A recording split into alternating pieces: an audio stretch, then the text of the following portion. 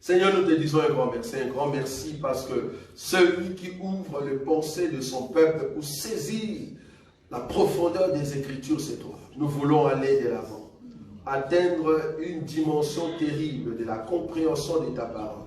Nous ne sommes pas, Seigneur, un peuple qui vole et qui ne savent plus descendre. Nous sommes le peuple qui vole et qui descend, qui vole et qui descend, pour la seule gloire de ton nom. Permets que ta gloire puisse nous amener loin dans ta grandeur, pour que nous puissions saisir le son qui vient de toi, parce que tu es le roi des gloires. Merci Jésus, en ton nom que nous avons ainsi prié. Amen. Amen. Des questions par rapport au culte, ou tout ce que nous avons dit ici? Vous avez des questions? Emmanuel est venu en retard, mais il a une question. Gloire à Dieu. C'est malheureux que vous qui avez commencé cet enseignement depuis le début, mais vous ne savez pas vraiment poser des questions. Ça, c'est grave, ça. Je me dis, est-ce que vous comprenez ce que je dis? Est-ce que vous avez saisi? Voilà, donc ils n'ont pas de questions. On va commencer par le frère Emmanuel, oui. Et docteur, je voudrais poser la question concernant, en vous suivant, vous avez parlé en ce qui concerne l'interprétation des images. Oui. Comme notre image qui est derrière vous là-bas. Oui. La Bible nous dit que ne fait aucune représentation quelconque. Devant lequel que tu peux te prosterner. Il faut terminer. Non, on a dit que l'Éternel, ton Dieu, t'est redéfendu. Mais oui, c'est l'Éternel, mais 4 et 23. C'est ce qu'on a vu. Est-ce que tu étais là d'abord quand on a vu ça? On a interprété ça. Oui, puisque on ne peut on pas... va lire, ne souffrez pas. On lit. Deutéronome. C'est pour ça que j'ai dit, il est venu juste maintenant et il a déjà une question. C'est très bien ça. Mais j'aime beaucoup mon frère. Alors, c'est Deutéronome chapitre 4, c'est ça? Oui. Ok. L'écriture qui est importante ici, c'est verset combien? 27, 19 hein? J'ai dit 23. 23, ok. Toi, tu as lu 23, c'est ça? Voilà, je vais lire pour toi rapidement. 23. Veillez sur vous. Enfin, ça va? D'abord, au-dessus, il y a un point et puis il commence à descendre. Veillez sur vous, afin de ne point mettre en oubli l'alliance que l'Éternel, votre Dieu, a traitée avec vous, et de ne point vous faire d'image taillée, de représentation quelconque, que l'Éternel, ton Dieu, t'ait défendu. Ça va? Je descends. 24. Car l'Éternel, ton Dieu, car l'Éternel, comment? Lisez un peu là-bas. Ton Dieu. Oui, car l'Éternel, ton Dieu, comment? C'est un feu dévorant. Lisez. Car l'Éternel, ton Dieu, Oui. Est un feu dévorant. Ça, c'est verset 23. Ça va? Oui. 24 et 24. Oui, 24, hein, on lit. Un Dieu jaloux. Oui. Je cherche là où le péché c'est quoi? Quel est le péché? Est-ce que le péché c'est de faire une image? C'est quoi le péché? Qu'est-ce que Dieu a défendu? Ah, ok. Nous avons lu De tout à l'image, l'heure. afin que vous corrompiez. Lorsque tu auras des enfants et de tes enfants, que vous serez depuis longtemps dans le pays, si vous corrompez, si vous faites des images taillées, des représentations de quoi que ce soit, si vous faites ce qui est mal aux yeux de l'Éternel, votre Dieu pour l'irriter. Le verset 19, lisez le verset 19, vous allez comprendre le péché en question. Qu'est-ce qu'il est dans le verset 19? De lever les yeux vers le ciel et, et de se prosterner. Oui, continuez, de quoi? De se Il faut lire, il faut lire.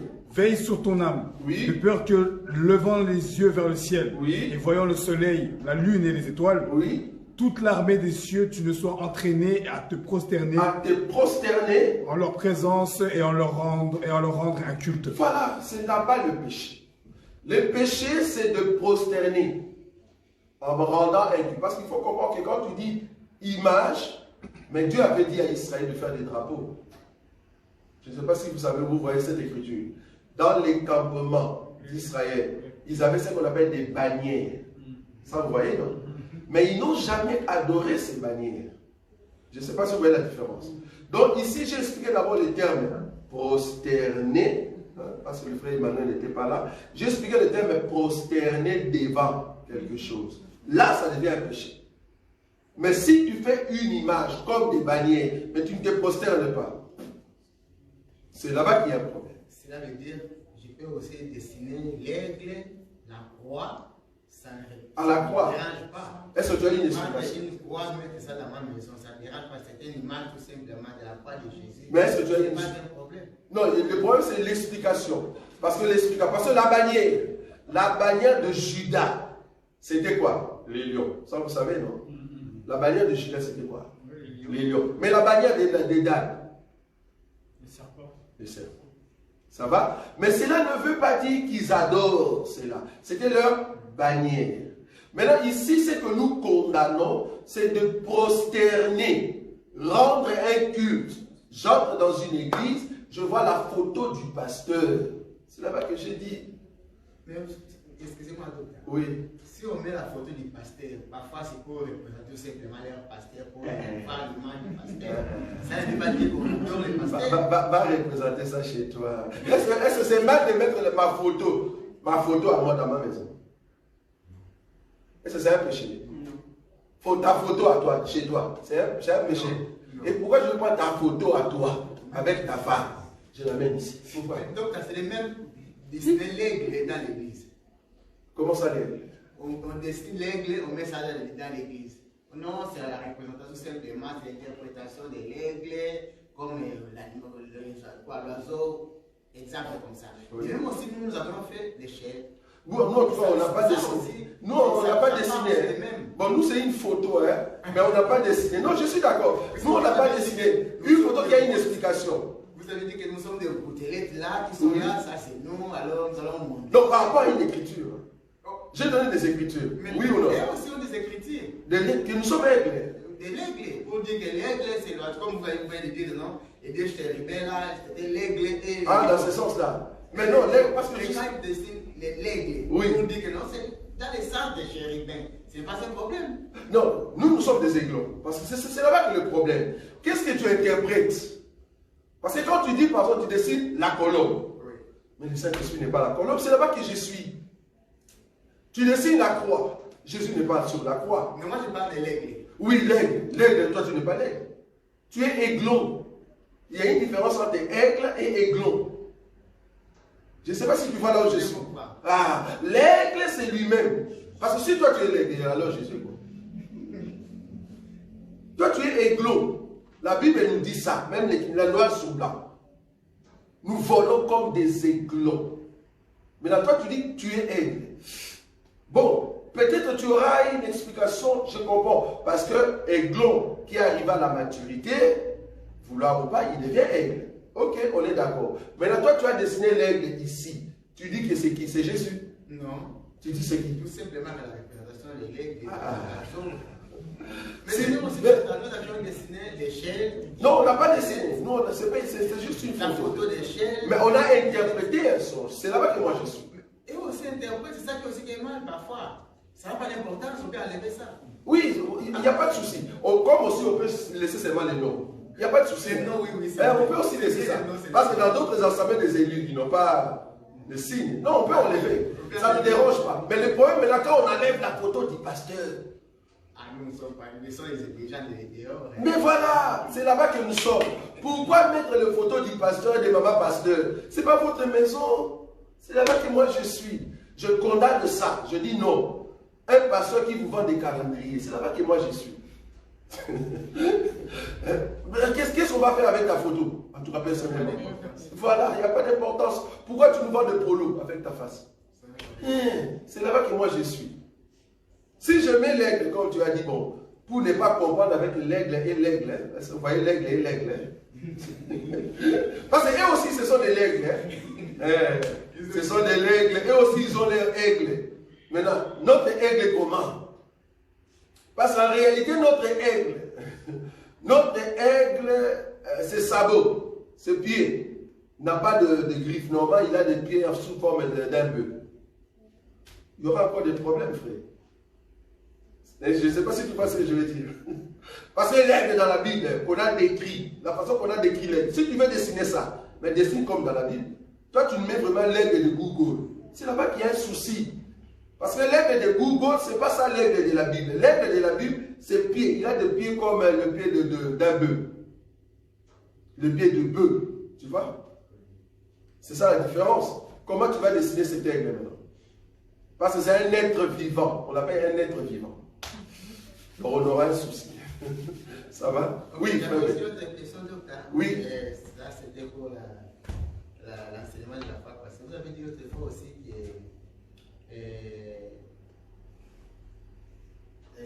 Dieu n'était pas contre de ton ignorance. Oui. Pour les païens.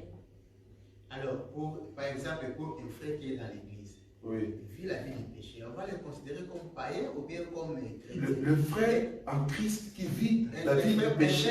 Qui est parmi nous, par exemple. Je ne pas un frère en Christ, mais un frère qui Donc je comprends le langage que tu veux dire. En fait, tu veux dire un bien-aimé qui vient dans l'église, mais il n'est pas totalement affranchi. Pourquoi? Parce qu'un chrétien qui vit dans les péchés, le terme n'est pas approprié, ce n'est pas juste. Oui. Parce que tu ne peux pas dire un chrétien mais qui vit dans les péchés, ce n'est pas juste. Tu peux dire un bien-aimé qui vient au milieu de nous, mais qui est encore dans les péchés. Mais on les considère païens, frère. On les considère païens. Maintenant, la question, comme il est considéré comme païen, le péché en question, c'est ça que tu veux poser. Oui, voilà, ça fait quoi? Est-ce que les temps, par exemple, il ne peut pas confesser et il reçoit la miséricorde, donc Dieu n'est pas pu encore compter ces temps qu'il commettait les péchés, il vivait parmi nous. Ah, je comprends ce que tu veux dire. Au fait, qu'est-ce qu'on appelle temps d'ignorance? J'avais dit la fois passée, temps d'ignorance, c'est là où il n'y a pas la loi. Est-ce qu'on est d'accord? Maintenant, un bien-aimé qui vient au milieu de nous, mais qui est dans les péchés. Tu lui dis, par exemple, coucher avec des femmes, c'est mauvais. Mais lui, il est parti coucher avec des femmes. Il est condamnable, frère. Je ne sais pas si tu vois la nuance. Si tu demandes pardon. S'il demande pardon, il délaisse. La Bible l'a dit, s'il demande pardon et il délaisse, Dieu miséricordieux lui pardonne. Dieu il efface cela. C'est la même chose comme nous qui sommes chrétiens, nous bronchons. J'avais dit ça aussi. Nous bronchons et Dieu nous pardonne. Mais nous bronchons par rapport à quoi? Par rapport à la loi. C'est-à-dire, il y a une loi qui dit qu'il ne faut pas faire ça, mais nous avons bronché. Tu vois? Nous demandons pardon. Je ne sais pas si tu vois la nuance. Donc, ces frères-là qui viennent au milieu de nous, dès qu'il y a une loi qui dit, par exemple, tu ne voleras pas, voler, ce n'est pas bon. Alors que lui, il a grandi dans des milieux où voler, c'est le moyen de vivre. Tu vois? Pour lui, dans sa tête, voler, c'est le moyen de vivre. Sinon, tu ne vas pas vivre. Maintenant, il vient ici et dit, ah, voler alors que c'est mauvais, je ne savais pas. Moi, je croyais que voler, c'était bien. Maintenant, il continue à voler. Là, il est condamnable. Je ne sais pas si tu vois la nuance. C'est-à-dire, la condamnation vient là où il y a la loi. Là où il n'y a pas de loi, il n'y a pas de condamnation. Preuve. Épouser sa soeur. Abraham a fait. Est-ce qu'il était condamnable? Non, parce que la loi n'était pas. La loi est venue avec Moïse. Que tu ne peux plus épouser ta soeur. Ah, désormais, je ne vais plus faire. Je ne sais pas si tu vois la nuance. J'avais aussi une question comme ça, épouser les deux sœurs, voilà. Ça aussi, bon. Est-ce qu'on peut appeler ça la polygamie? Dans les termes réels, c'est la polygamie, on est d'accord. Épouser 4 femmes, c'est la polygamie? Oui ou non? Oui. Mais remarque maintenant dans la marche. Parce que j'aimerais vous dire que la polygamie est biblique. Mais la polygamie n'est pas chrétienne. On est d'accord? La polygamie est biblique. En tout cas, en Israël, nous ne voyons pas une écriture, en tout cas dans la loi, qui interdisait à un homme d'avoir une deuxième femme. Au contraire, la Bible souligne très bien, s'il prend une deuxième femme. La Bible dit, s'il prend une deuxième femme. Et Dieu vient dire à David, pourquoi tu as pris la femme de Uri, c'est ça, Uri, hein? Pourquoi tu as pris la femme de Uri alors que toi tu es le roi? Si tu voulais d'autres femmes, j'allais comment? J'allais te donner. Donc, dans l'ancienne alliance, en tout cas dans la Bible, la polygamie, en tout cas, est là, mais la polygamie n'est pas chrétienne. Voilà. Ça va? Oui. J'ai 4 questions. Je commence par les 3 premières de Sœur Donatella. Oui. Elle demande la première question, c'est un chrétien ou une chrétienne peut porter des bracelets ou colliers de protection. Première question, elles peuvent être représentées comme un culte. Ah, ok, je vois. Oui, oui. Ah, oui, c'est juste. C'est juste, elle a raison. au fait, c'est ce qu'on voit dans le monde. Des musiciens, tout à l'heure, j'en parlais avec ma soeur Sylvie. Donc, avoir des protections, de bracelets, de chaînets, de pentacles, on appelle ça pentacle. Ça veut dire, tu es parti auprès des magiciens, et le magicien te dit ça. Tu ne peux pas sortir étant donné que tu ne prononces pas telle parole. Tu vois, c'est un culte. C'est un culte que tu rends à qui? À l'image, tu vois les messieurs, mais présentement, enfin, physiquement ou matériellement, et la personne est représentée par soit des bracelets, soit des signes rouges. C'est pour cela, nous, dans notre assemblée, nous martelons sur tout ce qui est bracelet. Tout ce qui est bracelet pour un frère qui en porte, surtout les frères qui me regardent comme ça avec des bracelets. On viendra pour te montrer des écritures qui prouvent que non, un frère, il faut mettre toujours quelque chose qui est utile sur toi. Ça va? Mais on va voir ça. Oui, allez-y. Deuxième question. Dans une maison chrétienne, oui, peut-il y avoir des cadres avec des versets bibliques? Des cadres? Mais tu n'adores pas. C'est ça que je dis aux frères Emmanuel. Oui, c'est-à-dire, je crois qu'il y avait des calendriers comme ça. Hein, des calendriers où chaque...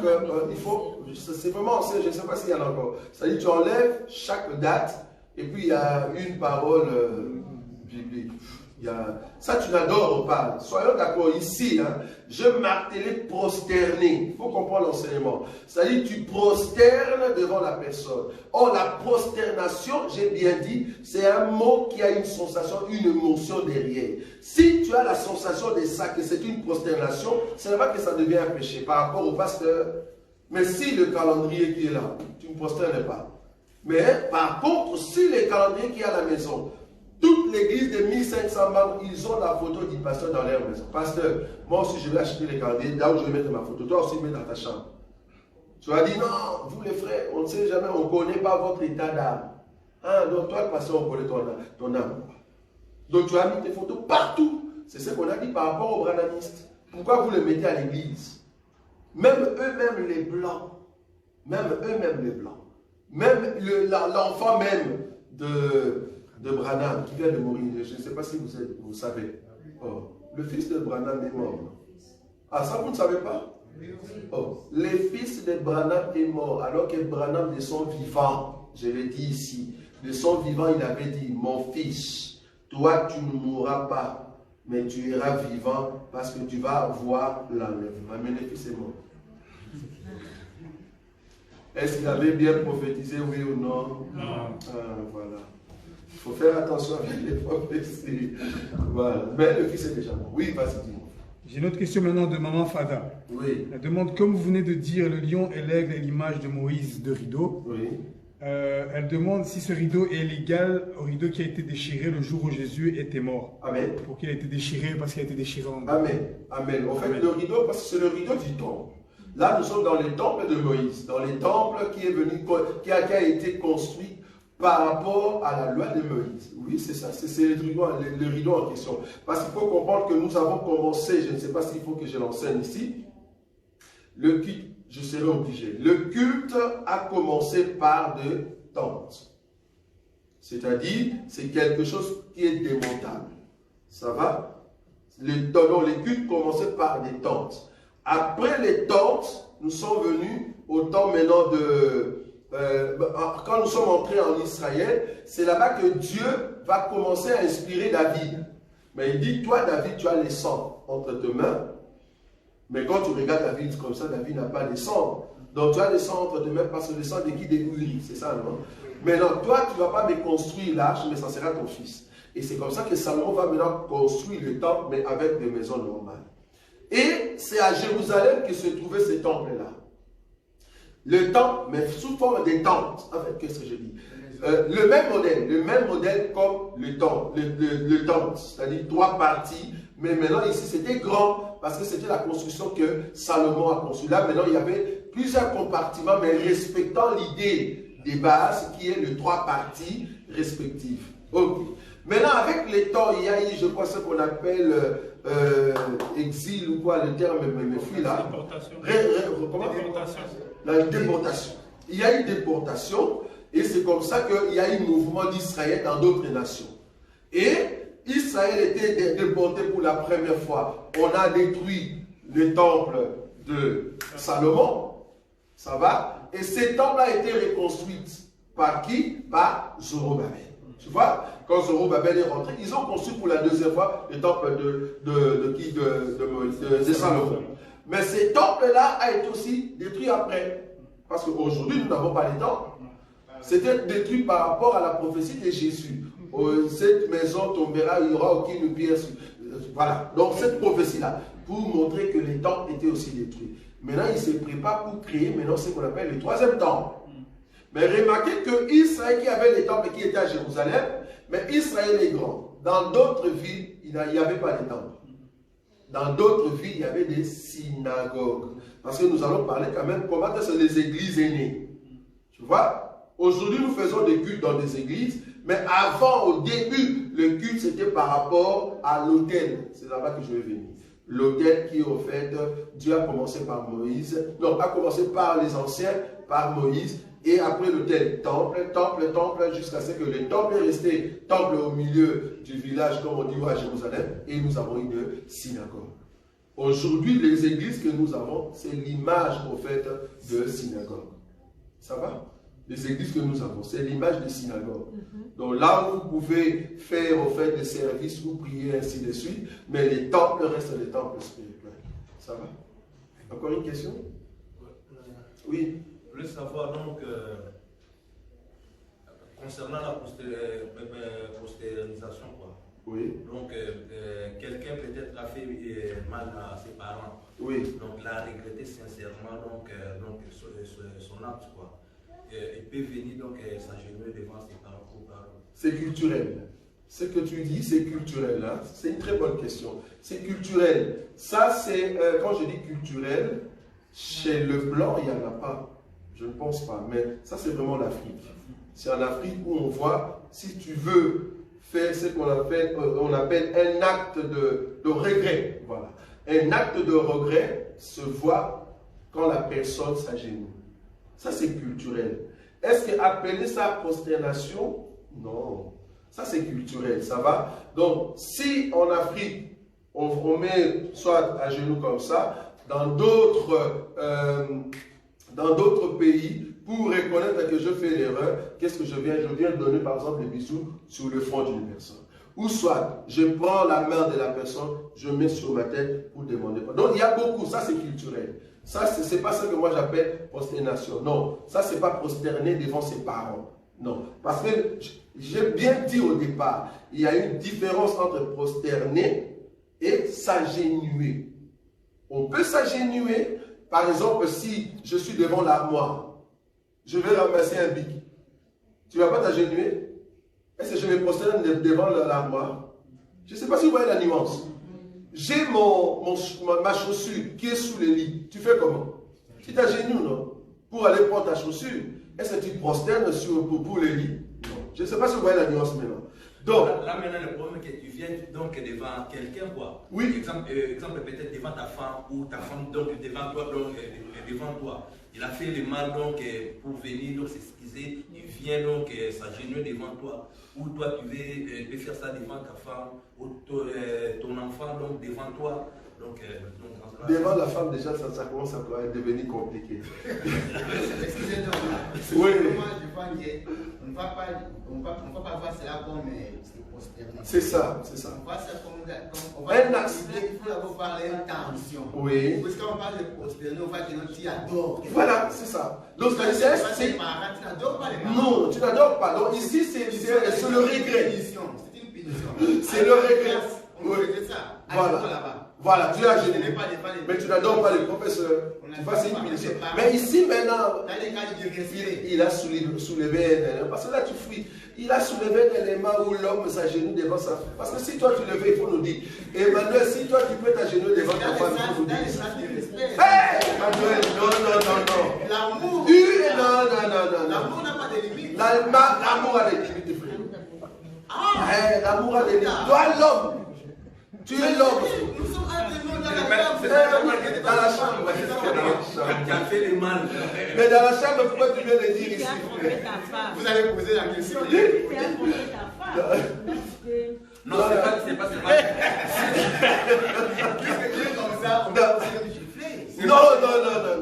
En fait, ici, hein, parce que nous avons l'enseignement. Ça va. C'est comme si tu me disais, je fais du mal à mon fils et je viens pour mon fils. Je suis... non. Pas les parents de... Non. En tout cas, l'autorité ne peut pas s'agenouiller.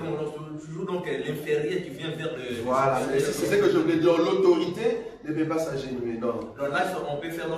Tu peux dire pardon. Ou la femme peut faire vers toi, mais toi... Bon, la femme a été toujours créée pour s'agenouiller devant l'homme.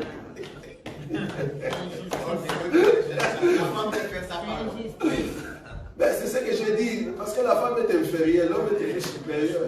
Ça va. Bon, ça c'est juste pour mettre un peu de l'ambiance. Mais ce qui est vrai, on n'appelle pas ça prosterner devant. Non, c'est pas prosterner. Prosterner, c'est vraiment un autre mot. Prosterner veut dire tu rends un culte sans le savoir. Tu considères vraiment, voilà, c'est la personne élevée. Non, on ne peut pas. Mais ça, c'est culturel. En tout cas, je suis d'accord que c'est culturel. Il y a même d'autres, l'action de regretter, c'est pleurer. Oui ou non? Oui, c'est ça. Pleurer. Mais dans la Bible, nous avons aussi pleurer amèrement, languir dans la présence de Dieu. Est-ce que vous voyez? Est-ce que quand je pleure devant mes parents, quand je pleure devant mon mari, est-ce que je languis? Je ne sais pas si vous voyez le terme. Donc, c'est-à-dire, il y a le terme où je pleure dans le cœur pour Dieu parce que c'est une adoration, mais aussi dans les naturels, que je peux pleurer. Non. Donc, ça, c'est pas prosterné. Ça va? Oui. On a encore Il est quelle heure? les 20h pile. Pile, ok, oui. Deux dernières questions. On a une question encore de Sœur de la Tella qui insiste. Oui. Elle demande à la place de l'image qui est dans le logo Assemblée des élus, Oui. on peut mettre une photo avec tous les membres de l'église, comme représentation de l'église fraternelle qui se rassemble. Wow, il y a des questions terribles. La question serait le nombre de personnes que vous avez mis comme photo et ceux qui vont venir après. Ceux qui vont venir après, ils vont dire, oh, mais moi, il n'y a pas ma photo là-bas, mais qui sont ces gens-là? Et puis, il y aura d'autres photos. Il y aura d'autres faces qui seront là, mais qui ne sont plus avec nous. Ils sont devenus des ennemis. Qu'est-ce que tu vas faire? Tu vas déchirer la partie. C'est compliqué. Non. Ici, tu viens, tu n'adores pas l'image. Tu ne te prosternes pas devant l'image. Gloire à Dieu. Mais comme notre frère Emmanuel a dit, si l'image, tu ne te prosternes pas, il n'y a pas de souci. Mais si vous, parce que prosterner, ça peut être spirituel. Hein? C'est là-bas que moi je viens. Si dans l'esprit, sans le savoir, vous prosternez déjà devant la chose, c'est fini. Tu commences à tomber. Ça va? C'est ça que j'ai donné l'exemple des étoiles, des bâtons, de la croix. Tu vois, une personne qui fait déjà le signe de la croix. Vouloir ou pas, tu te prosternes devant la croix. Oui ou non? Oui. C'est ça là où moi je suis. Ça va? Il y a encore une question juste derrière là? Non? Il n'y a pas de question? Voilà, nous allons prier et nous allons nous recommander entre les mains du Seigneur. Seigneur Jésus, merci pour tout ça. Nazakomata ngai nazakomata ngai nga nazakomata Alors, la question qu'on nous avait posée la fois passée, qui était quand même pertinente, c'était par rapport à l'image qui est derrière. Cette image, l'image qui est là, quand je dis derrière moi, derrière ici. Voilà, cette image, comme je l'avais expliqué, donc c'est en fait une combinaison de 3 ou 4 écritures. C'est-à-dire, nous avons, je crois, Genèse, je crois, chapitre combien qu'on a lu la fois passée, là où on voit Jacob, n'est-ce pas, qui dort et qui voit l'échelle qui touche la terre et que Dieu était au-dessus. On a pris cette écriture, c'était combien? 28. Genèse 28, c'est ça? 10 à 19, voilà. Et puis nous avons pris Jean, chapitre 1er, je crois, presque le 2 derniers versets. Jean, chapitre 1er, le 2 derniers versets, là où Jésus explique en fait les songes de Jacob pour dire désormais vous verrez les anges monter et descendre sur le Fils de Dieu. Nous avons dit c'était l'explication au fait de Genèse chapitre 28, 10 à 19. Nous avons pris notre écriture dans le livre de Genèse pour dire que le chêne, qui est en fait le Fils des dieux, sur lequel les anges vont monter et descendre. Nous avons pris aussi Genèse, je crois Genèse chapitre 1er, à partir du 3e verset, je ne sais plus. Hein? Donc on va voir ça, là où on parle de l'étendue. Là où on a parlé de l'étendue, donc c'était Genèse chapitre 1er, le verset combien? 7. C'est là-bas. Voilà. Et Dieu fit l'étendue, tout ça, mais le début, au fait, c'est le verset 6. Ça va? Donc Dieu dit qu'il y ait une étendue entre les eaux et qu'elle sépare les eaux d'avec les eaux. Nous avons dit les deux eaux, en réalité, ce sont des humains ou soit des personnes. Mais remarquez que l'eau qui est au-dessus, pour qu'elle monte, il faut qu'il y ait la force de la chaleur, il faut qu'il y ait du soleil qui frappe l'eau qui est en dessous. Et c'est comme ça que l'eau qui est en dessous se transforme sous forme de vapeur pour monter dans la présence de Dieu, c'est-à-dire former le corps qu'on appelle nuage. C'est là-bas que nous sommes allés toucher maintenant Job. Job qui dit « Dieu attire de gouttes d'eau et les transforme sous forme de vapeur. » Ah, ok. C'est là-bas qu'on a compris que nous qui sommes peuple de Dieu, au milieu des hommes, nous formons l'élection des dieux, c'est-à-dire les élus, les gouttes d'eau que Dieu a pris, mais il doit nous transformer par le soleil. Et c'est comme ça que nous allons changer des natures, nous allons changer notre corps pour avoir le corps céleste. C'est comme ça que nous allons monter en enlèvement par Christ Jésus qui est la parole, le Fils ou soit le chêne. Nous allons monter et habiter avec lui dans le ciel. Mais ce n'est pas pour rester là-bas, non, parce que nous devons encore rentrer. Ça va? Les anges monter et descendre. Ça va? Nous allons monter et après nous allons descendre. La Bible n'a pas dit les anges descendaient et montaient. Il faut toujours suivre ce que la Bible dit. La Bible dit les anges montaient et descendent. C'est-à-dire le mouvement qui est utile ici, c'est le mouvement de monter et après il faut descendre. Or ce mouvement-là, ceux qui vont monter au ciel, c'est l'Église, mais une Église qui va rentrer sur la terre. Ça va? Parce que nous allons monter comme des anges, nous aurons le corps des anges.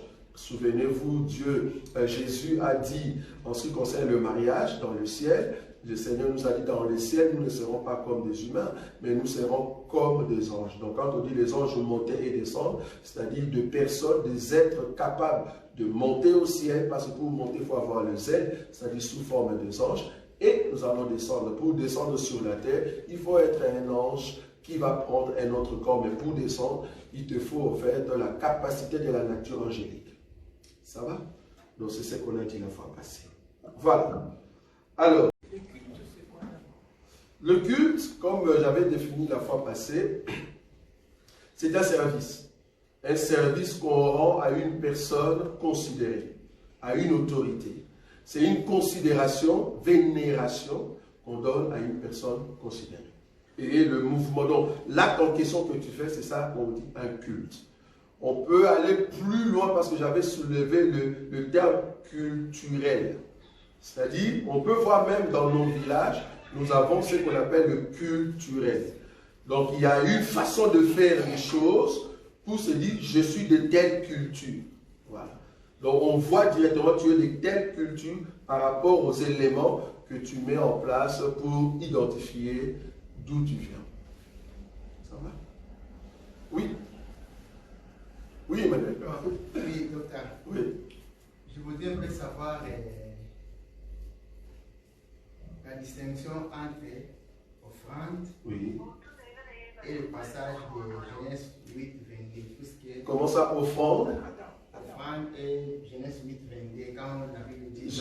Attends, Genèse 8, 22, c'est ça? Genèse 8, 22, oui. Il est dit quoi?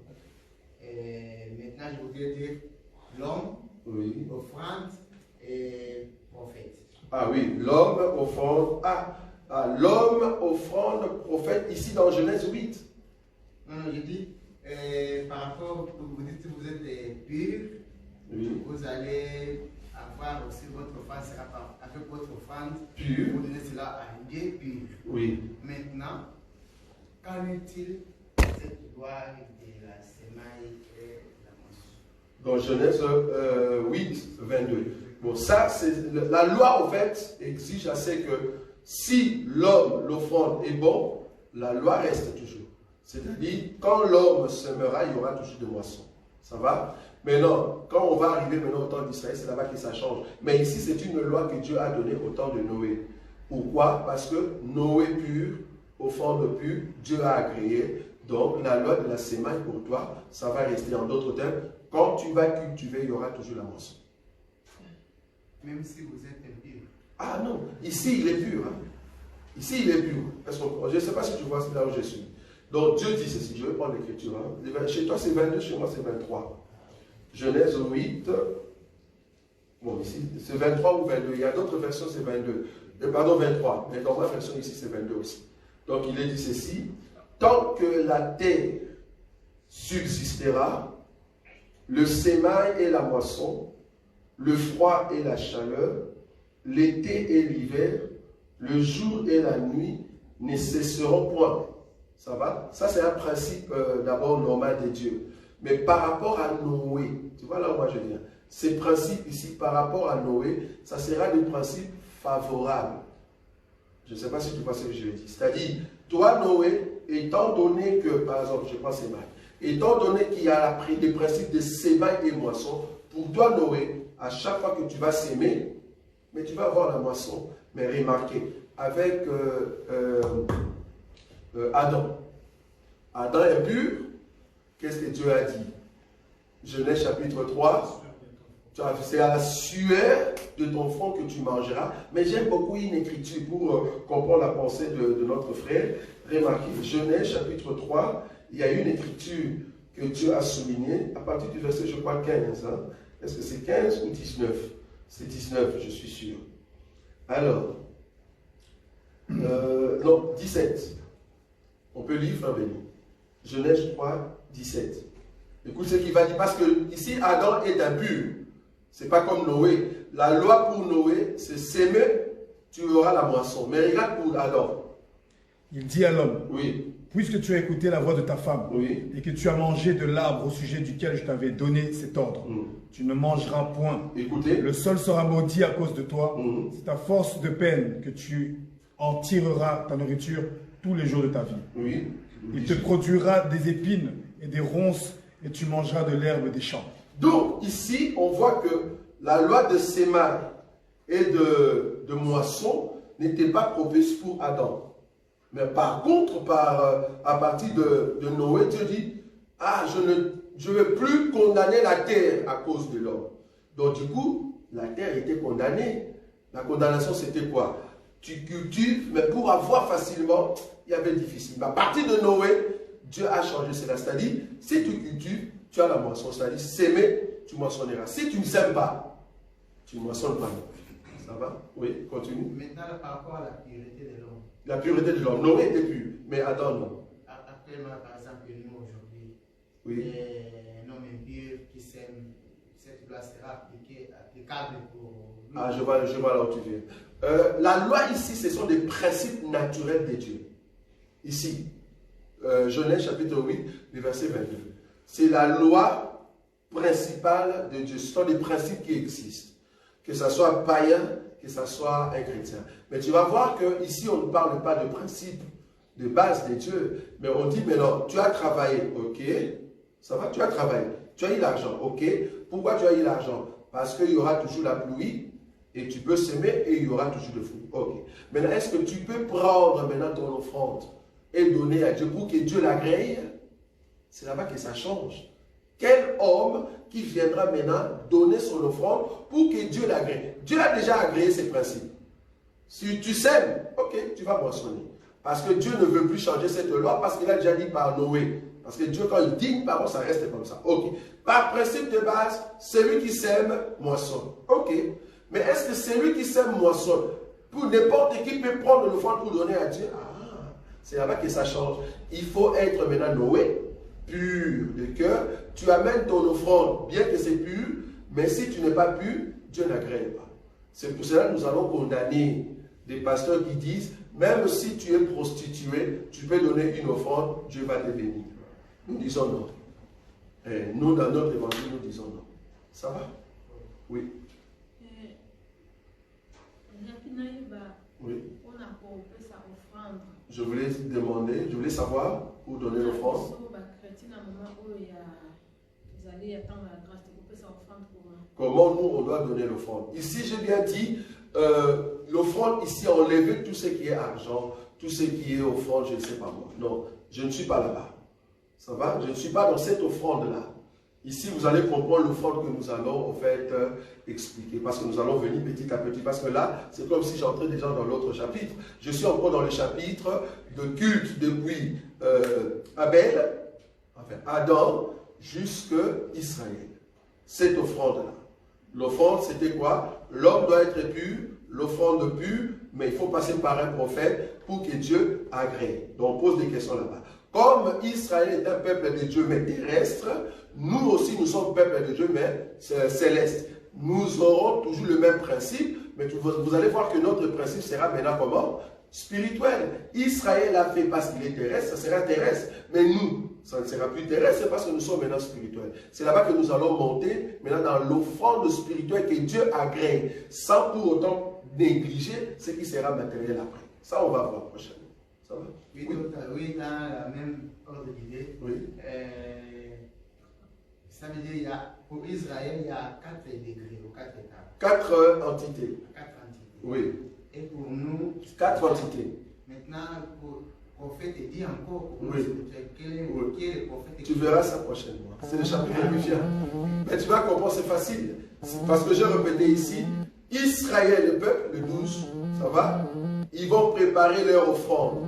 Israël doit être pur, avec leur offrande pure. Mais qui décide que Israël est pur et leur offrande est pure? Le prophète Moïse. Ah, là tu comprends, tu vois? Ah, tu as compris, ça c'est bien ça. Tu vois déjà, tu vois? Moi j'aime comme ça. Quand Moïse dit c'est bon, alors Dieu agrée. Et puis tu as compris. Voilà. Oui? Nous avons une question en ligne de Maman Fada. Oui? Elle demande comment peut-on rendre culte à un homme? Oui, comment rendre un culte à un homme? C'est ce qu'on a dit la fois passée. Rendre un culte à un homme, c'est-à-dire, tu le considères parce que nous allons définir, on a défini, je crois, c'était quel livre? Deutéronome, chapitre 4, c'est ça? C'était Deutéronome chapitre combien? Qu'on a lu la fois passée. Deutéronome chapitre 4, le verset 19. C'est ça qu'on a dit la fois passée. Comment rendre un culte à un homme ou à une image? C'est ça, c'est vraiment ça. Vas-y, tu peux lire ça. Deutéronome chapitre 4, le verset 19. Qui peut lire ça rapidement? Est-ce que vous l'avez?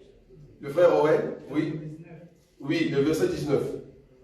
Veille.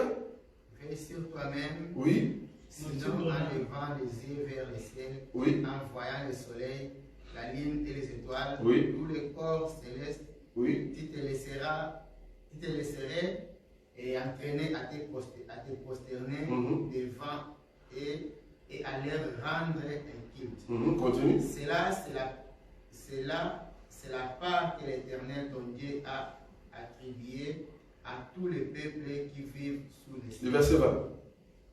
Mais vous, l'Éternel vous a pris et vous a fait sortir de la fournaise et de fer de l'Égypte, afin que vous soyez un peuple qui lui appartienne en propre, comme c'est le cas aujourd'hui. Je cherche le verset là où on parle, tu ne feras pas la représentation. Voilà, c'est à partir d'ici, le verset 15. Voilà, c'est le verset 15. Verset 15. Oui, vas-y. Vous n'avez vu aucune représentation le jour où l'Éternel vous a parlé du milieu des feux à Horeb. Veillez attentivement sur vous-même. Oui, continue.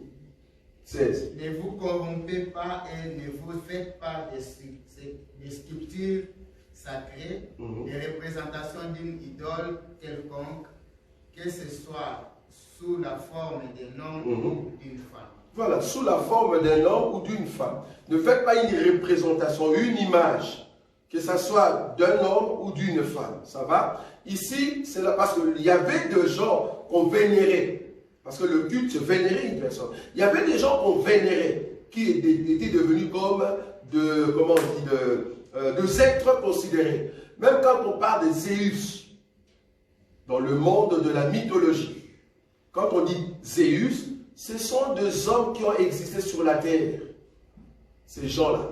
Et en mourant, on commence à les vénérer comme Dieu. Pharaon, c'était le titre honorifique en Égypte pour toute personne qui monte dans l'autorité suprême. Vous voyez ça? Quel terme? Il y a beaucoup. Donc, tous ces gens-là, ce sont des hommes, mais qu'on vénère. Maintenant, comment est-ce qu'on peut vénérer un homme? Ben, quand tu le considères au-dessus de tout, au-dessus même des dieux. Tu vois?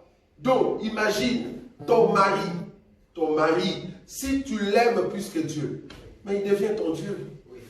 C'est dans ce sens-là. Si tu aimes ton mari plus que Dieu, il y a un problème. Tu aimes ta femme plus que Dieu, il y a un problème. C'est ce que je dis, on verra maintenant prochainement. C'est quoi rendre un culte d'un homme sans le savoir à ses parents, sans le savoir. Tu aimes tes parents plus que Dieu. Ça ne va pas. Tes parents te disent, je suis au village, il faut que tu viennes parce qu'on doit te laver. Alors que toi, tu pries dans une église. Au lieu de respecter Dieu, tu dis non, on va me laver. On a vu ça en tout cas dans les pays de l'Est.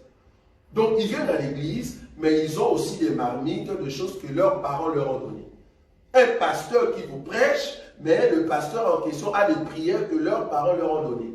Des pauvres, je ne sais pas moi, ils sortent des cultes, hôtels, là où ils font des prières, tu vois, hôtels, et puis là, ils mettent des bougies pour prier. Mais ce sont des prières que leur papa a données comme héritage. Par exemple, Kodia. Je ne sais pas si vous connaissez ça. Kodia, c'est au fait une sorte de marmite ou quelque chose qu'on donne, qui descend d'une famille, tu vois. Ça, c'est-à-dire tu rends le culte où tu vénères, au fait, ces trucs-là qu'on appelle Kodia, plus que Dieu. Tu peux être dans l'église. Hein. La personne est dans l'église. Or, nous savons déjà qu'à l'église, Dieu nous dit, il ne faut pas t'agenouiller devant des statues, mais la personne va auprès des Kodia. Kodia, c'est sa force, c'est son soutien pour qu'il puisse aller de l'avant. Ah non, ce sont les choses que les parents m'ont laissées. Tu vois, c'est là-bas que je veux venir. Là, vouloir ou pas, tu vénères au fait tes parents plus que Dieu. Ça, c'est vénérer l'homme. On va voir ça. Oui. Même aussi aimer son enfant plus que Dieu. Bon, là, il faut donner aussi des exemples. On peut toujours voir. Il y en a toujours. Si l'enfant maintenant a vraiment une grande autorité sur toi, supposons qu'aujourd'hui, ton enfant, c'est lui qui est devenu le président du Congo, et que l'enfant a dit, en tout cas, maman, tu ne vas pas aller à l'église, parce que toi et moi, on doit aller quand même au village, parce que les ancêtres là-bas m'ont dit que je dois t'amener. Et toi, maman, comme tu aimes plus ton fils, parce que c'est un président et tu veux le protéger, et voilà, tu vas refuser d'aller dans les choses de Dieu pour aller, au fait, auprès de ce truc ancestral. Donc là, on voit que tu considères ton fils. Donc c'est la considération, j'avais dit. Le culte, c'est la considération. Si tu considères quelque chose, une personne, plus que Dieu, vouloir ou pas, tu fais un culte à cette personne. Ça va? Parce que quand la Bible dit, vous n'aurez pas d'autre Dieu devant ma face. Maintenant, il faut définir c'est quoi Dieu. Dieu veut dire quoi? Le terme est Dieu. Je ne sais pas si vous savez. On a toujours expliqué ça ici. Dieu veut dire quoi? Objet d'adoration. Objet d'adoration. Voilà. C'est ça le terme. Dieu veut dire objet d'adoration. C'est-à-dire, c'est que toi tu adores, c'est que toi tu considères, c'est ça qu'on appelle Dieu. Nous avons des petits dieux et nous avons des grands dieux. Dieu, au commencement, il n'était pas Dieu. Ça, vous savez, non? Oui. Ça, vous savez, non? Oui. Peut-être notre bien-aimé ne voit pas ce que je vais dire. Dieu, au commencement, il n'était pas Dieu. Pour que Dieu devienne Dieu, c'est quand il a commencé à créer. Tu es Dieu par rapport à quoi? Pour être Dieu, il faut qu'il y ait des créatures. Quand Dieu a commencé à créer, il est devenu Dieu. Pour que les créatures puissent l'appeler, ah, toi tu es le plus considéré, c'est toi qui es Dieu. Mais quand il était parole, il n'était pas encore Dieu. Au commencement était la parole. Il n'était pas encore Dieu. Il était encore parole. Mais là, il faut que la parole était avec Dieu et la parole était Dieu. C'est parce que la parole a commencé à créer. Ça va? Oui? Oui, non? Oui, il y a maman Cécile qui a posé la question, mais je ne sais pas si c'est déjà répondu. Oui. Elle a demandé, c'est quoi que tu as dit? Allô?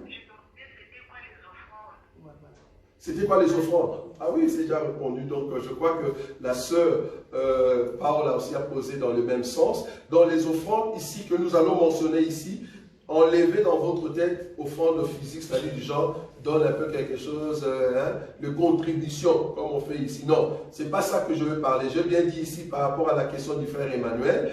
Israël terrestre donnait l'offrande terrestre auprès d'un prophète terrestre pour que Dieu spirituel puisse agréer leur offrande. Or, nous sommes Israël spirituel, nous aurons notre offrande spirituelle auprès d'un prophète spirituel pour que Dieu spirituel puisse agréer. C'est facile.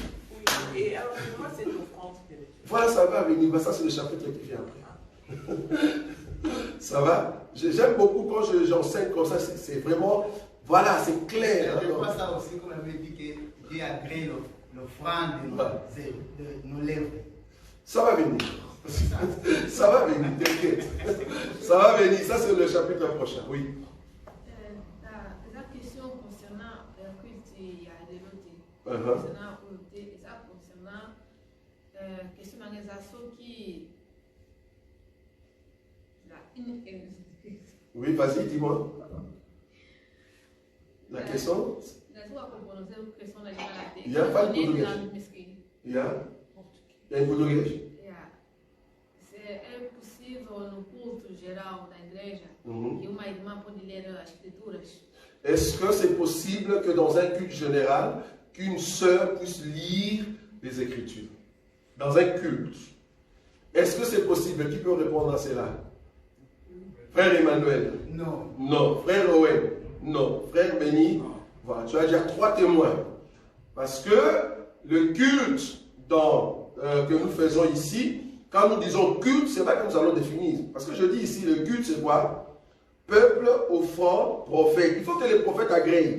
Si le prophète dit oui par rapport à l'offrande, si le prophète dit oui par rapport à l'offrande et le peuple, alors Dieu aussi agrée. Maintenant, si le prophète dit non, or, le prophète déjà nous a dit que dans les cultes, que la femme fasse quoi? Voilà. Voilà. Donc, c'est le prophète qui nous a dit non. Ce n'est pas nous. Nous, en tout cas, on aimerait bien. En tout cas, moi, personnellement, waouh. En tout cas, les voix de nos sœurs, ça sonne bien. Hein? Une sœur qui vous dit, je vais lire Matthieu chapitre 5. Ça sonne bien. Mais dans le culte, le prophète nous a dit non. Que la voix de cette femme se taise. Ça va? Oui. Alors, moi, j'ai une question par rapport à l'échelle qui est derrière. Oui. Alors, je ne sais pas si je pourrais les dire maintenant, mais c'était juste pour savoir, j'avais fait un songe. Hein. Oui. Et dans ce songe-là, je vis que j'ai abandonné le monde. Oui. Mais le monde était resté derrière moi, mais à des kilomètres à la ronde. On ne savait même plus le voir, à peine de loin, mais c'était la nuit. Ok. Et alors, j'ai dû marcher longtemps pour arriver jusqu'à cette échelle-là. Ok. Mais à côté, donc, de côté, c'était l'océan, ce n'était pas la mer. Okay. C'était l'océan. Et il y avait une échelle blanche. Et il y avait comme on pourrait dire, la plage, la terre, hein, stable. Et l'échelle s'allongeait jusqu'au ciel. Et donc là, il n'y avait pas de rampe. Il n'y avait pas de rampe tout au long de l'échelle, c'était une échelle pareille, hein, il n'y avait pas de rampe. Alors il fallait monter, mais il fallait monter jusque-là. Et moi, comme j'étais déjà fatigué, épuisé par rapport à ma marche, et quand je regardais derrière, je voyais que le monde était resté vraiment loin. À peine on savait voir quelques lumières de loin. Et moi, en me disant, je dis, mais comment je vais arriver à monter cette échelle? Parce que moi, d'où je viens, déjà, je marchais longtemps, et encore revenir en arrière, non. Alors autant rester devant l'échelle, parce que j'avais peur de monter, de peur que je tombe avec le vertige, parce qu'il n'y avait pas de rampe. Et alors, il y avait l'océan à côté, hein. L'eau était tellement étendue. Et donc j'arrive, je dis, bon alors, dans ces cas-là, je vais attendre s'il y a quelqu'un qui doit descendre pour me prendre. Alors, d'un coup, je vois une petite fille qui descendait, elle était habillée en blanche, elle descendait, mais à son aise, hein, comme si elle chantait, donc elle était à son aise. Je dirais entre 5 ans et 10 ans, là, par là. Et je vois la petite qui descend. Je dis, ah, non, moi je descends, je ne veux pas monter avec cet enfant. Parce que déjà elle-même, elle est en train de sautiller. Et comment moi je peux la faire confiance? Parce que si je vais avec elle, on risque de tomber parce que moi j'ai peur du vertige. Alors j'ai dit, non, ce n'est pas avec l'enfant que je veux monter. Donc je suis restée là. Et je vois un homme, mais cette fois-là, c'était un homme noir. Tandis que la petite, elle était blanche. Et je vois un homme noir qui descend. Il descend de l'échelle. Mais le problème, ils n'arrivaient pas à terre. Ils sont restés à quelques niveaux.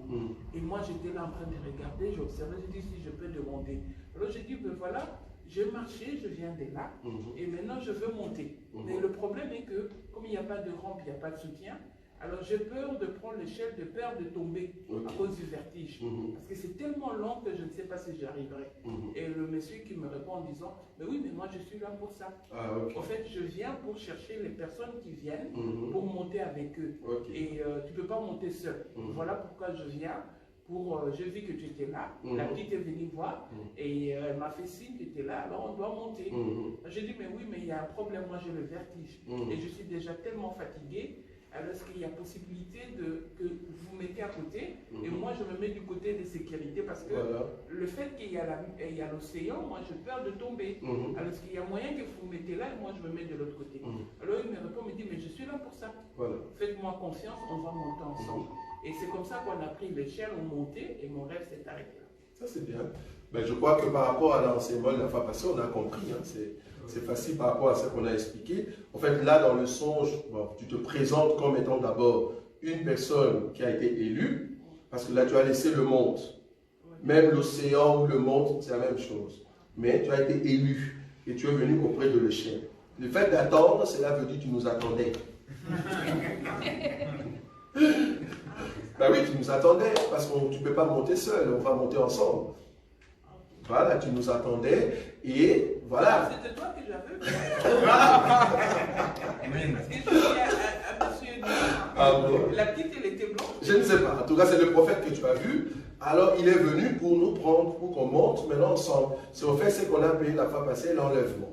L'enlèvement, c'est la montée, au fait, sur l'étendue, la montée sur l'échelle. Tu vois? Et cette montée, ça ne sera pas par ta force, ça sera par la force qui vient du ciel et qui vient nous chercher. Cette force n'est rien d'autre que le Seigneur Jésus, et par l'esprit que tu as, il va nous tirer pour monter aussi. C'est un rêve un peu très positif. C'est très bien. Ça va? Est-ce que vous avez vu ça? Il y a encore du temps? C'est les 20 heures. Hein? Il y a encore une question rapidement? Oui, je voyais une question. Oui, mais la seule Liliane. Oui, vas-y. Dis-moi. J'ai une question, je veux savoir. Il y a des églises que le pasteur prie et vous interprétez chaque fois. Oui. C'est entre qui toi, Dieu ou au pasteur, je sais pas. Non, mais ça c'est juste, il apprend ses fidèles à prier. C'est pas, je ne sais pas vraiment dire, est-ce que c'est un faux culte, est-ce que c'est vraiment une fausse manière, ça je ne sais pas le dire. C'est juste peut-être une façon d'aider le peuple à prier. Ça. Donc la question de la sœur est de savoir, quand les pasteurs disent au peuple, allez, suivez-moi après cette prière, Jésus, je suis venu. Bon, maintenant ça dépend, est-ce que c'est le culte? Parce qu'il faut voir maintenant la prière en question. Est-ce que c'est une prière? Parce que la prière doit respecter l'enseignement. Si le pasteur maintenant vous fait une prière qui n'est pas juste par rapport au culte, mais il ne faut pas le faire. Quelqu'un qui vous dit, vous allez maintenant recevoir Jésus. Qui veut recevoir Jésus-Christ ici dans la salle ou dans une campagne d'évangélisation? Ah, les hommes disent moi. Et puis passez devant, vous allez répéter après moi. Seigneur Jésus, Seigneur Jésus, j'ai été reçu comme Seigneur, mon sauveur. À partir d'aujourd'hui, je deviens enfant de Dieu. C'est faux. On ne devient pas enfant de Dieu parce qu'on a appelé les gens devant. Non. Tu vois? Donc ce sont des choses comme ça qu'il faut vérifier. Donc il faut toujours vérifier, comme je dis. Nous sommes Israël terrestre, Israël le peuple, offrande. Il faut demander les prophètes. Les prophètes, qu'est-ce que tu en dis avec l'offrande et le culte? Et nous? Si le prophète dit c'est bon, et puis Dieu agrée, c'est tout. Mais si déjà les prophètes disent que non, cette manière-là, Dieu n'agrée pas. Non, c'est faux. Donc maintenant, quand nous allons vérifier les prophètes, tu vas voir que le prophète va dire par rapport à cette prière qu'il faut recevoir Jésus dans une campagne d'évangélisation. Ça ne va pas. On ne reçoit pas Jésus dans une campagne d'évangélisation. Ça va. Donc tout ça, on va demander au prophète. Parce que nous aussi, nous avons notre prophète. Oui, encore une dernière question? C'est fini? Nous allons prier. Seigneur Jésus, nous te disons un grand merci. Un grand merci pour le moment que tu nous as donné dans ta présence. Nous ne manquerons pas de témoigner ta grandeur quand nous allons nous rencontrer encore prochainement dans ta présence pour célébrer la grandeur de ton nom. Que notre retour soit entre tes mains. En ton nom, Jésus-Christ, que nous avons ainsi prié. Amen. Que Dieu vous bénisse. Nazako matangai nga naza komata naza